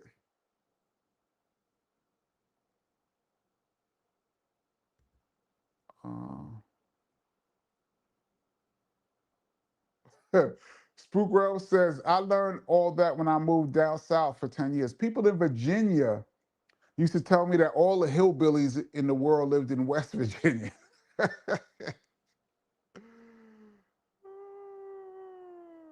Oh, man.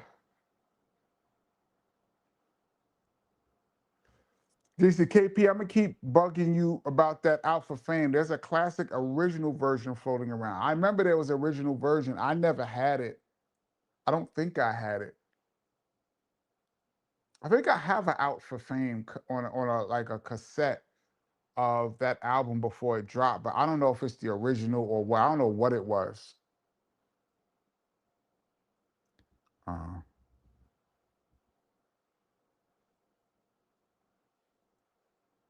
I'd have to hear that. That's the one where Chris says writing my name in graffiti on the wall. Because that I believe that's the one he did it. That's a Rakim impersonation from KRS-One. A lot of people think they sampled it, but that's Chris saying that.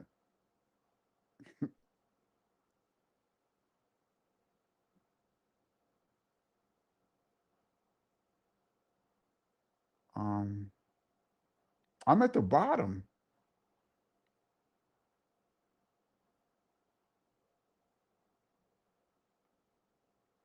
Richmond, Virginia calls sneakers sneakers and not tennis shoes, which means technically they're the north. That's yeah, that's a good criteria. We say sneakers here, kicks.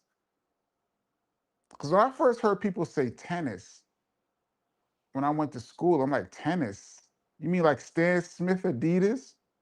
Like to me, if you say tennis, I'm thinking actual tennis shoes. Jack Swagger says Alpha Fame is dope. Whatever version, I heard it first live. That's dope. He did 3 versions of Alpha Fame. Now I gotta go and listen to the one I have on the cassette. I gotta go find that cassette. What was it about Chris Lighty that made him so loved in the hip hop world?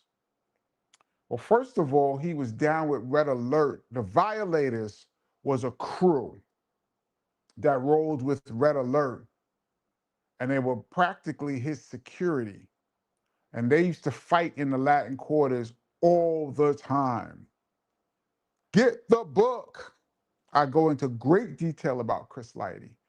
Um, the link is in the description below. So he started out with as Red Alert rose, Chris Lighty and his crew was right there with Red Alert, Union Square. Anybody that tried to get close to Red Alert, they was there like, no, back up.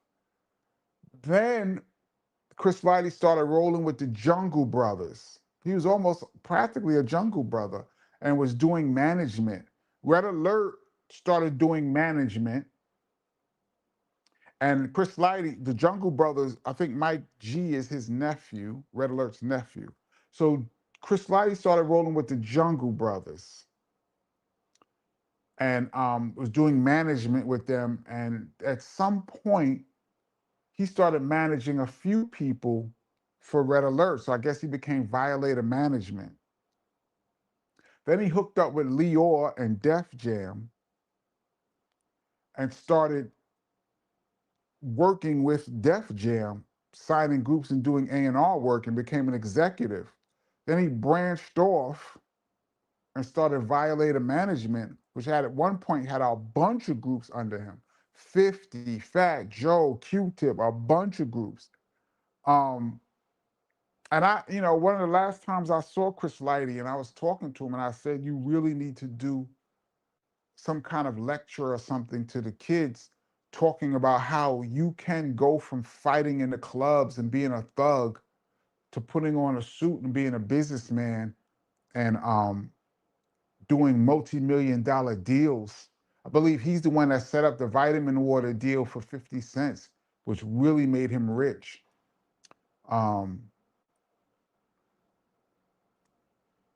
I met him fighting in the club, literally fighting in the club.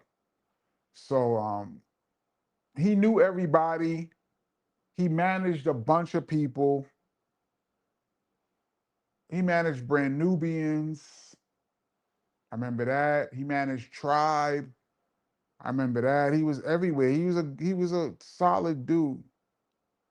I don't know if I believe he committed the act either, by the way. But yeah, he is beloved by the rap industry in New York. Kenny, did Chuck D discover Busta Rhymes? The way I heard it, yes. Yeah, matter of fact, he gave him the name Busta Rhymes. And he gave Leaders of the New School the name Leaders of the New School. Shout out to Chuck. Oh, who was that? Who was it? Dartmouth that mentioned that Chuck D wants me on the show. His show. We got to set that up.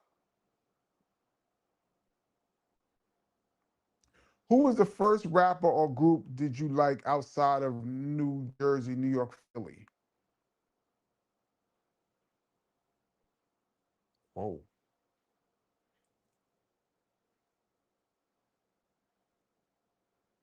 Whoa. Ice-T.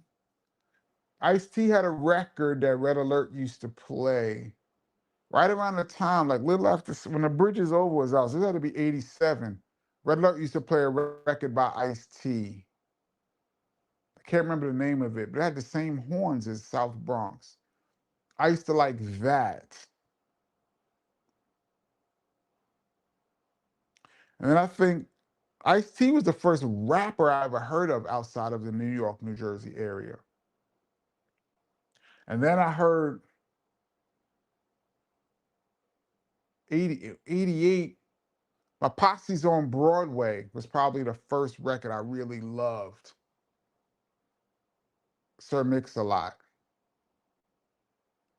Luke and them used to have records, Two Live Crew, but they were more like fun records to me. It wasn't like I was like, yo, this is fire. More for the visuals. I would say Sir Mix-a-Lot, My Posse's on Broadway was the first rap group that I really liked, although I liked Ice-T's record too. Ice-T would be the first, and then Sir Mix-a-Lot. We're in OT, y'all. Um, yeah, TJ, do you think Chris Lighty took himself out? Knowing him, no, but then again, there's a lot of people be around the day before they go and had no idea they had these demons inside of them. So knowing how he was very confident and strong-willed, and it just seemed so odd. I'm 50-50 on that. I would say no, but I also know that a lot of people are hiding a lot of things.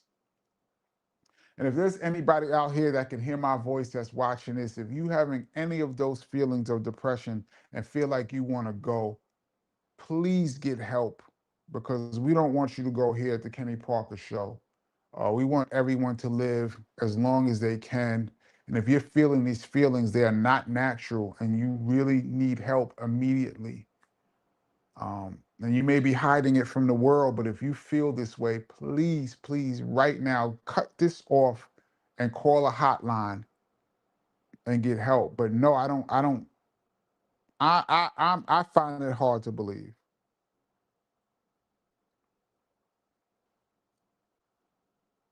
Um,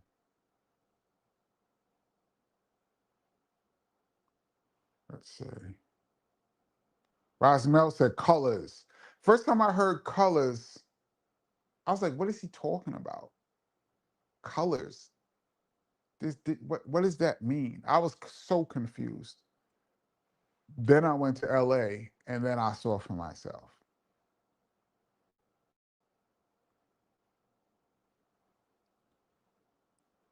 Ice-T born in New Jersey. Imagine that. He still lives in New Jersey right now, I hear.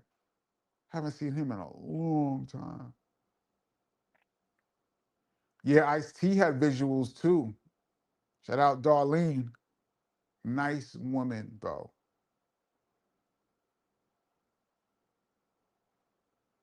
Denise KP, the Ice-T song you talking about is Pimpin' Ain't Easy. That was my joint. Yeah, that's the name of it. Pimpin' Ain't Easy. Red Alert used to play that all the time. That record was dope. That record was dope. That's the first time I heard a rapper not from New York area that I thought was dope.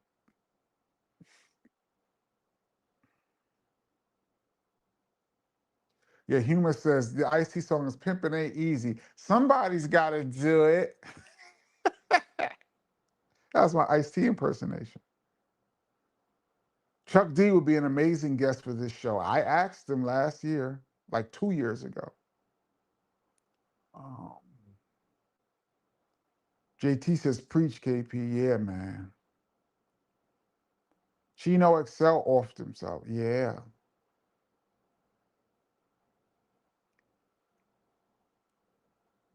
I mean, I love being alive so much that I find it inconceivable to want to go early, but thousands of people do it every day. So there's something to it. I see had a bunch of joints I like. High Rollers, I'm Your Pusher was banging. You Playing Yourself was banging. 6 in the Morning was banging. Probably the first ones I like on East Coast. Yo, You Played Yourself is funny because KRS-One and Willie D, BDP's Willie D, is in that video. You're Playing Yourself. They were on tour at the time when they shot the video, and Chris and Will came to the video, and Ice-T's DJ, Evil E, or what is either Evil E or his brother Henji, they look very similar, was playing the guy, was acting as one of the guys who You're Playing Yourself. And in the video, Will slaps this dude.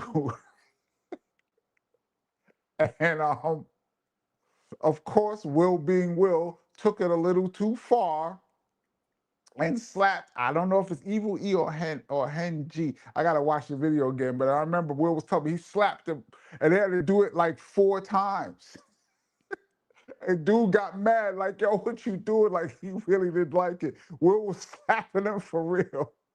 Next time you watch the video, You Played Yourself, Check out when Karis one does an appearance and watch Will slap somebody.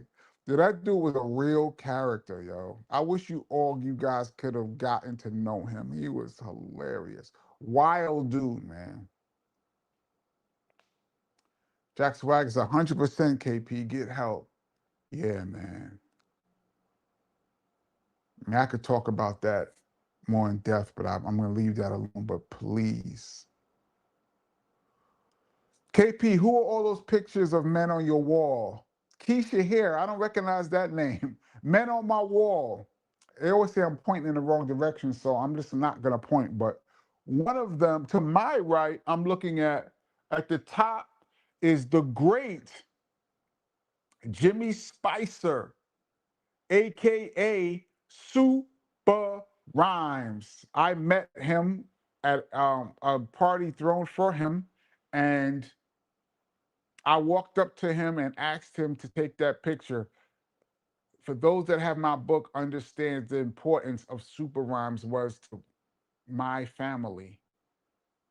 That record changed everything for us. And it's the first time I ever saw him, and I fanned out and took that picture. Right below is one of my DJ heroes, the reason we're all here, and we would not be here without him, Grandmaster, Cut Faster, Grandmaster Flash. To this corner is at the top, my boy who I miss dearly, Biz Marquis. That is the very last time I saw him. We took that selfie, and I was supposed to go to his house in Maryland. And like a couple of months later, he was in the hospital and never recovered. Like a couple months before he went in the hospital. And below that is another person whose record changed all of our lives. That is Master G from the Sugar Hill Gang. Another person who I fanned out over when I met him and took that picture. So those are like my heroes. Some of my heroes. I have a picture of me in Red Alert, and I keep saying I need to put that up because he's my other DJ hero. And I keep saying I need to put that up. One day I will. Stop being lazy and go ahead and get it done.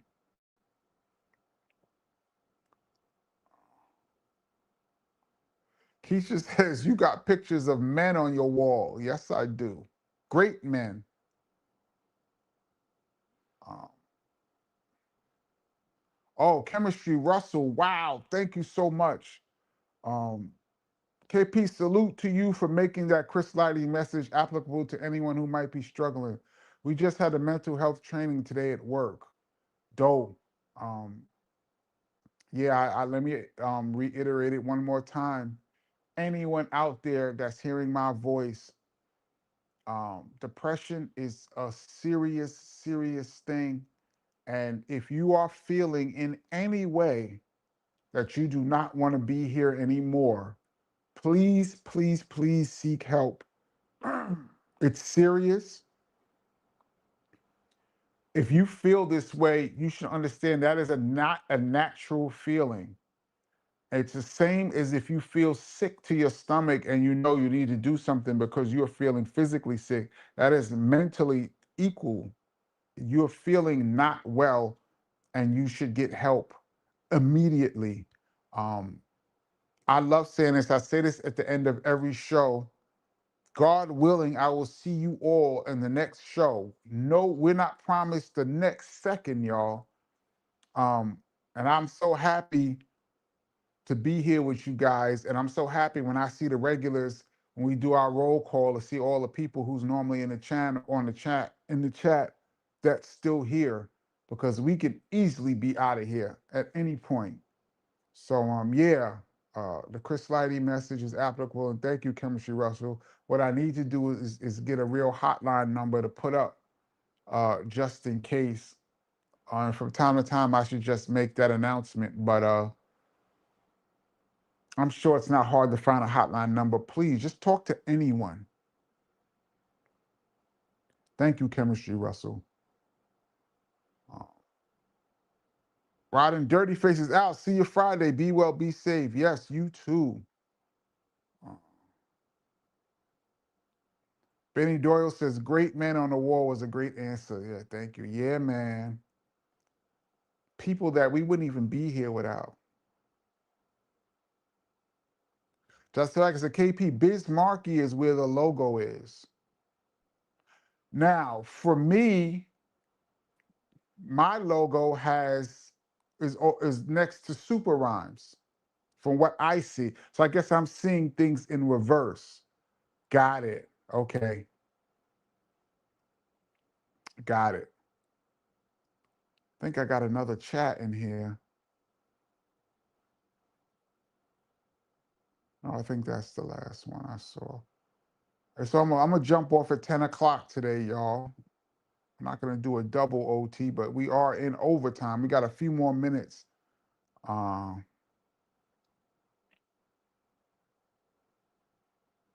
KP, you ever heard of the Fresh Fest tours? I think I mentioned this last time we were on last Friday. Absolutely.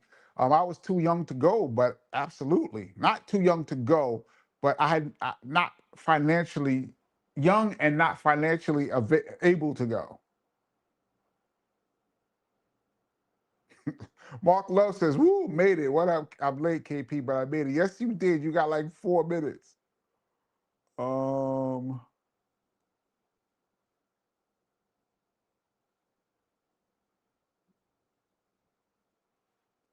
Dartmouth says, "Can you name a song by the Rolling Stones or no?"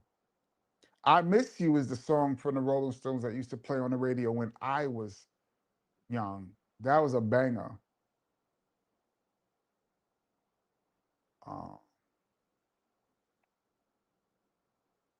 Joey says, "Wow, KP ending the show early is amazing." It's not really early. We're in OT.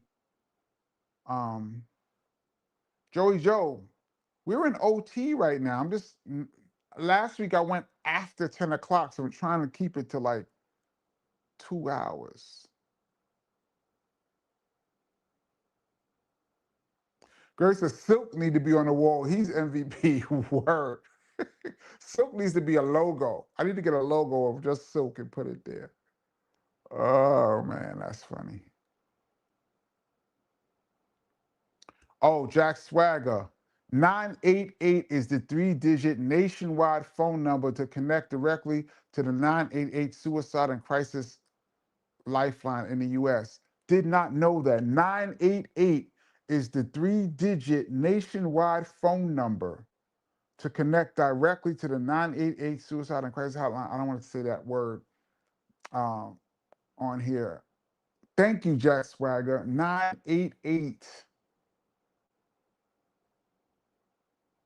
I wish I could pin that. If I knew how to pin that, I would. Thank you, Jack Swagger. 988, y'all. For anybody out there, don't feel ashamed. Don't feel no way. Just get help.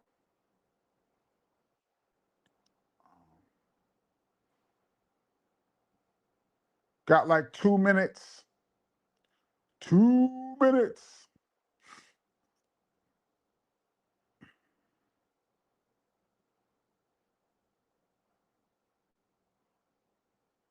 Joey says, "I Miss You" by the Rolling Stones was a song that broke the camel's back when rock and roll fans got tired of disco. Really? That record was a banger to me. I don't know. I never got tired of disco.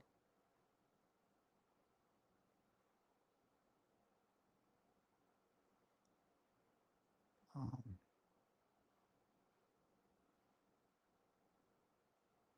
T. Jackson says, "Tumbling Dice, Angie, Sympathy for the Devil." Whoa. Brown Sugar, Painted Black, Beast of Burden. I liked Beast of Burden. I didn't really listen to the Rolling Stones like that. Um, I know Satisfaction. Beast of Burden was dope. It's probably a couple others.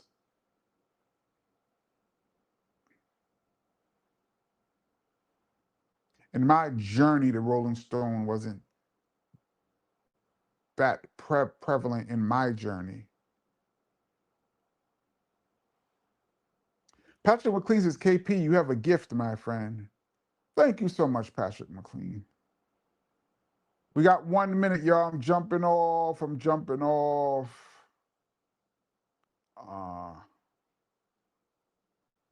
Brooklyn Geek says, nah, I Miss You was when rock musicians started singing, feel like if you can't beat them, join them. Probably. That record was dope to me, though. I don't know. Maybe it's me. All right, y'all. This is the Kenny Parker Show. We are out of here. Big up to the Rewind crew. And get the shirts if you don't have the shirts. The link is in the description below. We are out. It is 10 o'clock. God willing, we will all be here on Friday. I believe Thursday, I'm going to put up the first installment of For the Win. I think I got a good story for you guys. I hope you enjoy it. All right, I am out of here.